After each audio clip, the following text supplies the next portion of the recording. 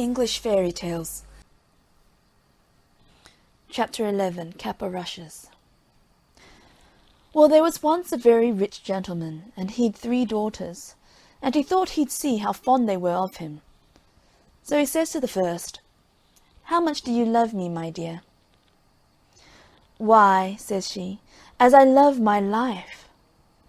"That's good," says he. So he says to the second, "How much do you love me, my dear?" "Why," says she, "better nor all the world." "That's good," says he. So he says to the third, "How much do you love me, my dear?" "Why, I love you as fresh meat loves salt," says she. Well, he was that angry. "You don't love me at all," says he, "and in my house you stay no more." So he drove her out there and then, and shut the door in her face. Well, she went away on, till she came to a fen, and there she gathered a lot of rushes, and made them into a kind of a sort of a cloak with a hood, to cover her from head to foot, and to hide her fine clothes. And then she went on, till she came to a great house. "Do you want a maid?" says she. "No, we don't," said they. "I haven't nowhere to go," says she, "and I ask no wages, and do any sort of work," says she. "Well," says they, "if you like to wash the pots and scrape the saucepans, you may stay," said they. So she stayed there and washed the pots, and scraped the saucepans, and did all the dirty work. And because she gave no name, they called her Cap o' Rushes. Well, one day there was to be a great dance a little way off, and the servants were allowed to go and look on at the grand people. Cap o' Rushes said she was too tired to go, so she stayed at home. But when they were gone, she offed with her cap o' rushes, and cleaned herself, and went to the dance, and no one there was so finely dressed as her. Well, who should be there but her master's son, and what should he do but fall in love with her the minute he set eyes on her. He wouldn't dance with any one else. But before the dance was done, Cap o' Rushes slipped off, and away she went home. And when the other maids came back, she was pretending to be asleep with her cap o' rushes on. Well, next morning they said to her, "You did miss a sight, Cap o' Rushes." "What was that?" says she.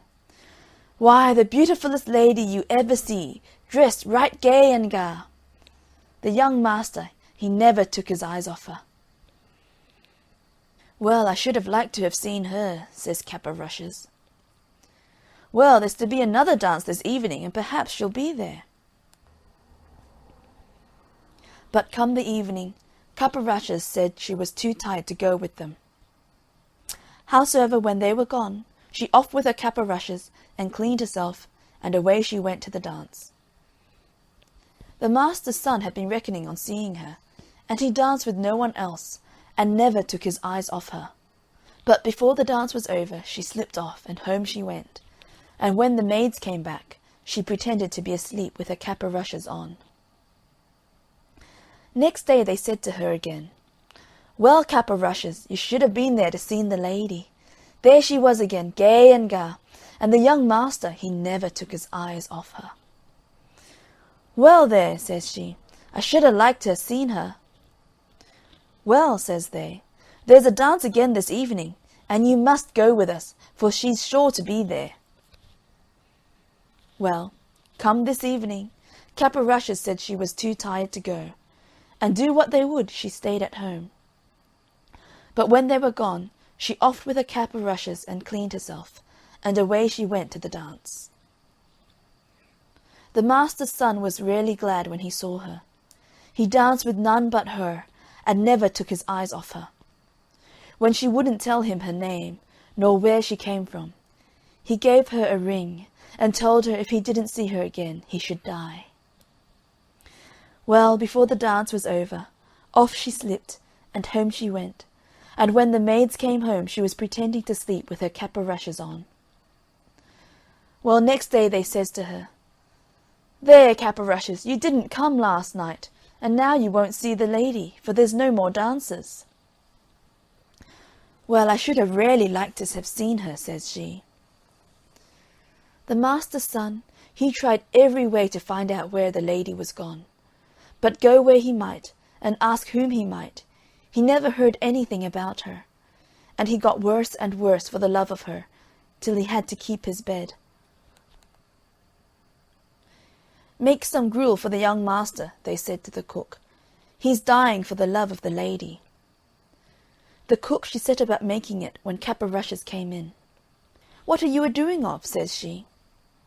"I'm going to make some gruel for the young master," says the cook, "for he's dying for love of the lady."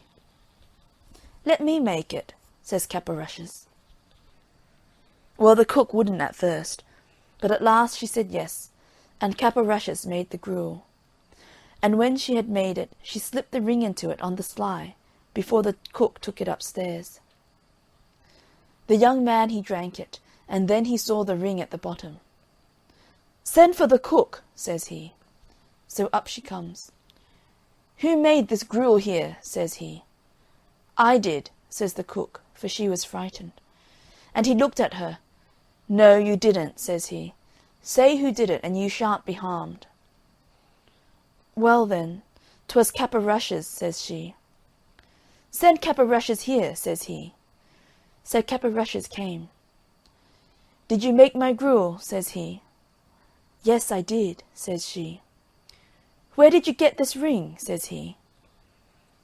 "From him that gave it me," says she. "Who are you, then?" says the young man. "I'll show you," says she, and she offed with her Cap o' Rushes, and there she was in her beautiful clothes. Well, the master's son he got well very soon, and they were to be married in a little time. It was to be a very grand wedding, and every one was asked far and near. And Cap o' Rushes' father was asked, but she never told anybody who she was. But before the wedding she went to the cook, and says she, "I want you to dress every dish without a mite o' salt." "That'll be rare nasty," says the cook. "That doesn't signify," says she. "Very well," says the cook. Well, the wedding day came, and they were married. And after they were married, all the company sat down to the dinner. When they began to eat the meat, that was so tasteless they couldn't eat it. But Cap o' Rushes' father, he tried first one dish, and then another, and then he burst out crying. "What is the matter?" said the master's son to him. "Oh," says he, "I had a daughter, and I asked her how much she loved me, and she said, as much as fresh meat loves salt. And I turned her from my door, for I thought she didn't love me. And now I see she loved me best of all, and she may be dead for aught I know." "No, father, here she is," says Cap o' Rushes, and she goes up to him and puts her arms round him. And so they were happy ever after. End of chapter 11. Cap o' Rushes.